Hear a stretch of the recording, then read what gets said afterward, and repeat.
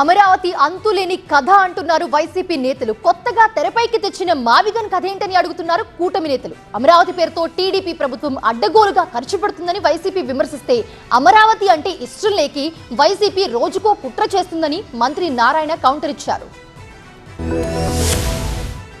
ఆంధ్రప్రదేశ్ రాజధాని అమరావతిపై వైసీపీ విమర్శలు గుప్పిస్తోంది.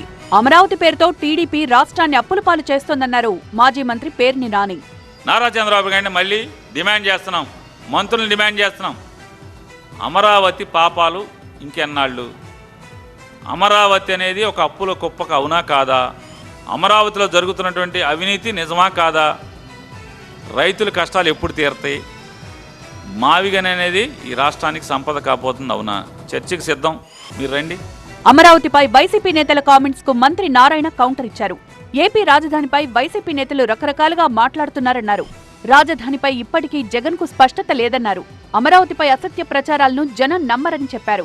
వాళ్ళు ఏం మాట్లాడుతున్నారో వైసీపీ నాయకులు ఏం మాట తెలియదు. మావిగన్ అన్నారు, నేనంటే చెప్తున్నా. అంతకుముందేమో 3 రాజధానులు అన్నారు. జగన్మోహన్ రెడ్డి గారే స్వయాన చెయ్యెత్తాడు. ఏమని?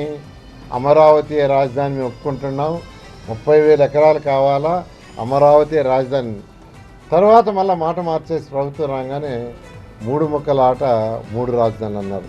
ఈ మధ్యలో మళ్ళీ మావిగన్ అంటే ఇప్పుడు మావిగన్ అని తీసుకొచ్చి మచిలీపట్నం అని తీసుకొస్తే అంటే 3 వదిలేసినట్టేనా?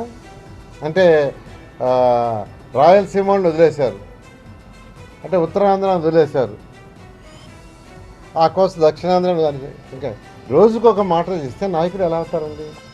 అమరావతి రాజధాని శాశ్వతమన్నారు BJP MLA Adi Narayana Reddy. Gun Jagan మావిగన్ ఛాలెంజ్. నిన్న కూడా మా గౌరవ ముఖ్యమంత్రి గారు చెప్పినారు, దీని మీద స్టాండా రెడీగా అని. మా వాళ్ళందరూ ఏకపక్షంగా కింద నుంచి ఆడియన్స్ అంతా చెప్పినారు, మేమంతా అమరావతికి ఓటు అని. రాజధానిపై వైసీపీ కుట్రలు ప్రజలకు అర్థమైందన్నారు టీడీపీ నేతలు. వైసీపీ మావిగన్ నినాదాన్ని ప్రజలు పట్టించుకోవడం లేదన్నారు.